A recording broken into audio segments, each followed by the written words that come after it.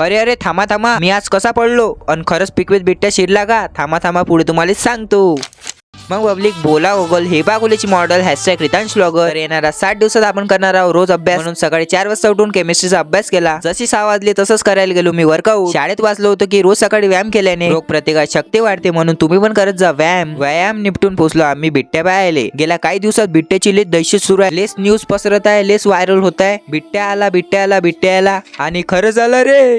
तो जसा बिट्ट्या दिसला तसं आम्ही बिट्ट्याला पाहून पळायला लागलो. आणि घ्या तुमचा ब्लॉगर पडला ना. मग असा सरका गेलो, मा पाय घसरला आणि पडलो. कसा पडला तर तो असा पडला. बिट्ट्या तर नाही दिसला पण तलाव दिसला जिथे बिट्ट्या पाणी पिते. तुम्ही पण गॅप पाहून वर्कआउट संपून घरी आलो. पहिले पेट पूजा केली, मग दुपारी केली काम पूजा. ब्लॉगची रेकॉर्डिंग संपून मॅथ्स 1चा चॅप्टरची प्रॅक्टिस केली. जेवढं आलं ते आपलं बाकीचं चुल्यात गेलं नाही पाहिजे म्हणून आपण प्रॅक्टिस केली. तुम्ही म्हणसान ब्लॉगरची एवढी धावपळ कशामुळे? तुम्हाला माहित नसेल तर सांगतो. मी आहे 12वीत, 2 वर्षापासून आपण अभ्यास नाही पाहिला. 0 सिलेबस आहे म्हणून मी घेतला येणाऱ्या 60 दिवसात 70% आणायचा चॅलेंज. तर आज होता डे 2. तर डे 2 इथे संपवतो. चला भेटू डे 3 मध्ये. जय महाराष्ट्र.